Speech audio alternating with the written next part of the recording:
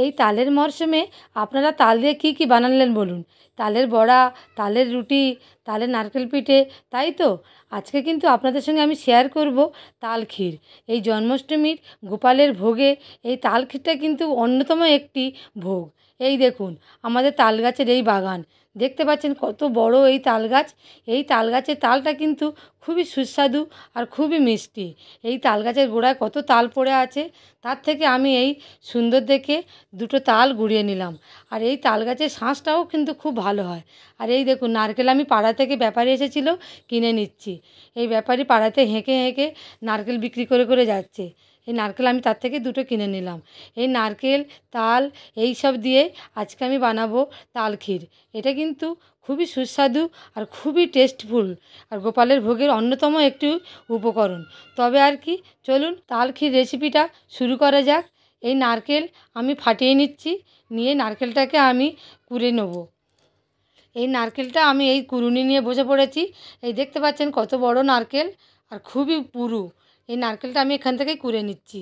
আমি কিন্তু এখানে একটা নারকেল ব্যবহার করব, আর একটা তাল এখানে নিয়ে নেব। এই দেখুন তালটা বেশ পরিষ্কার করে ধুয়ে নিয়েছি। এবার তালের ছালগুলো ছাড়িয়ে নেব, নিয়ে তালের ভিতরে যে শাঁসটা সেটাও আমি বের করে নেব। এই তাল থেকে শাঁসটা বের করার জন্য অনেকে অনেক রকমভাবে ইউজ করে। আমি কিন্তু এই কাঠের চুবড়িটাই সারা বছর ধরে কাজ সারি। এই চুবড়িটা আমি ধুয়ে পরিষ্কার করে তুলে রেখে দিই। যখনই তালের শাঁস বের করার দরকার হয় আমি এইভাবে বের করি। আপনারা কিভাবে বের করেন অবশ্যই কিন্তু বলবেন। এইভাবে তালের শাঁসটা বের করে নিলে তালের একটাও রোঁয়া বা ভুসি সেগুলো কিন্তু কিছুই থাকে না। এই দেখুন আমার কতটা তালের শাঁস বেরিয়ে গেল। এই তালটা খুব ভালো জাতের। একটা তালে কতটা পরিমাণ এর শাঁস বেরিয়েছে, আর এই নারকেল কোড়াটাও আমি দেখে নিচ্ছি। এরপরে আর কি, তবে চলুন গ্যাস ওভেনটা জ্বালা যাক। এই ওভেনটা বসিয়ে দিচ্ছি। এখানে আমি নিচ্ছি 1 লিটার মতন লিকুইড দুধ। আপনারা ইচ্ছা করলে যে কোনো দুধ নিতে পারেন আপনাদের পরিমাণ মতন। এই 1 লিটার দুধে একটা নারকেল, একটা তাল যথেষ্ট হয়ে যাবে। এই দেখুন দুধটাকে আমি গ্যাস ওভেনে বসিয়ে দিয়েছি। বেশ ভালোভাবে দুধটাকে ফোটাতে হবে, বেশ ঘন করে ফোটাতে হবে।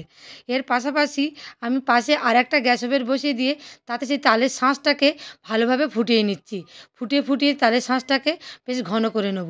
দুটো দুদিকে একবার করে আমি তালের শাঁসটাকে এইভাবে নাড়িয়ে দিচ্ছি, আর একবার করে দুধটাকে আমি এইভাবে নাড়িয়ে দিচ্ছি। এই দেখুন দুধটা বেশ ফুটে ফুটে আমার কি সুন্দর ঘন হয়ে গিয়েছে। আর এদিকে তালের শাঁসটাও আমাকে এইভাবে নাড়াতে হবে, না হলে তলাটা কিন্তু ধরে যাবে। এইভাবে নাড়াতে নাড়াতে দুধটা বেশ ভালোভাবে একটু ঘন হয়ে আসবে। তার মধ্যে আমি দিয়ে দিচ্ছি দুটো তিনটে তেজপাতা, একটু এলাচ কুচি, আর কিছুটা কিশমিশ। এই কিশমিশটা কিন্তু আপনারা চাইলে ঘি দিয়ে একটু ভেজেও দিতে পারেন, তাতেও খেতে খুব ভালো লাগে। আর আমি দিয়ে দিচ্ছি এই কাজু বাদাম। কাজু বাদামগুলো একটু আমি ভেঙে নিলাম, নিয়ে এই পায়েসটার মধ্যে দিয়ে দিচ্ছি। এরপরে দিয়ে দেবো সেই নারকেল কোড়া। এই নারকেল কোড়াটা আমি সবটা দেবো না, কিছুটা কিন্তু আমি একটু রেখে দেবো। কি করব সেটা আপনারা রেসিপিটা দেখতে থাকুন, পরে বলবো। এই একটু নারকেল কোড়া আমি এই রেখে দিলাম, দিয়ে বেশ ভালোভাবে আমি দুধটাকে নাড়তে থাকবো। বেশ ভালোভাবে দুধ, নারকেল কোড়া সব ফুটবে। তার মধ্যে আমি দিয়ে দেবো পরিমাণ মতন চিনি। আপনারা যেমন খেতে পছন্দ করবেন সেইভাবে আপনারা চিনিটা দেবেন।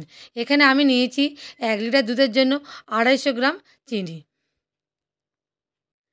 এই দুধ, নারকেল কোড়া, চিনি, কিশমিশ, কাজু বাদাম, এলাচ, তেজপাতা সব কিছু দিয়ে খুব সুন্দর একটা সেন্ট বার হচ্ছে, দারুণ সেন্ট। এইভাবে ভালোভাবে ফুটে উঠবে। তারপর আমি এর মধ্যে দিয়ে দেবো আমার সেই তালশাঁস। ভগবান শ্রীকৃষ্ণের বাল্যরূপ গোপালের প্রিয় জিনিস ছিল ননি, মাখন, দুধ। আর তার মধ্যে এই জন্মাষ্টমী যারা করেছেন তারা তো অবশ্যই জানবেন এই তাল ক্ষীরটা অন্যতম একটি ভোগ। এই দেখুন কথা বলতে বলতে সেই তালশাঁসটা আমি এই দুধের মধ্যে দিয়ে দিলাম। এটা ফুটিয়ে নিয়েছিলাম, নিয়ে আরও ঘন হয়েছে। এবার দেখুন কত সুন্দর একটা রং এসে গিয়েছে, আর গন্ধটাও খুব দারুণ বেরিয়েছে, দারুণ সুগন্ধ। এইভাবে এটাকে নাড়তে থাকতে হবে, না হলে তলাটা কিন্তু আবার বসে যাবে। এই দেখুন কি সুন্দর টকবক করে ফুটছে। তাল, দুধ, নারকেল কোড়া সব একসাথে পড়ে আর দারুণভাবে একটা সুগন্ধ বেরিয়েছে। এই উপর থেকে আমি ছড়িয়ে দিলাম একটুখানি ভাঙা কাজু বাদাম। এই আমার তাল ক্ষীর রেসিপিটা পুরোপুরি সম্পূর্ণ হয়ে গেল। গ্যাস ওভেনটা আমি বন্ধ করে দিলাম। বেশ ঘন মতন হয়ে গিয়েছে। এরপর আমি কয়েকটা কাঁচের বাটি নিলাম, নিয়ে তার মধ্যে এই এক এক করে বাটিগুলো আমি সাজিয়ে ফেলছি। এই বাটিগুলোকে এইভাবে সাজিয়ে ফেলার পর একটু ঠান্ডা করে নিতে হবে। তারপর আমি এটাকে দিয়ে দেবো ফ্রিজের মধ্যে। এই গরম শুদ্ধ দিলে কিন্তু তো এইটা পুরোটা নষ্ট হয়ে যাবে, টক হয়ে যাবে। তাই আমি এখানে চুবড়ি চাপা দিয়ে রেখে দেবো। তারপর সব বাটিগুলো যখন সাজানো হয়ে গেল, তো উপর থেকে আমি ছড়িয়ে দেবো গুঁড়ো আমুল দুধ। তারপরে আমি এক এক করে ছড়িয়ে দেবো সেই নারকেল কোড়া।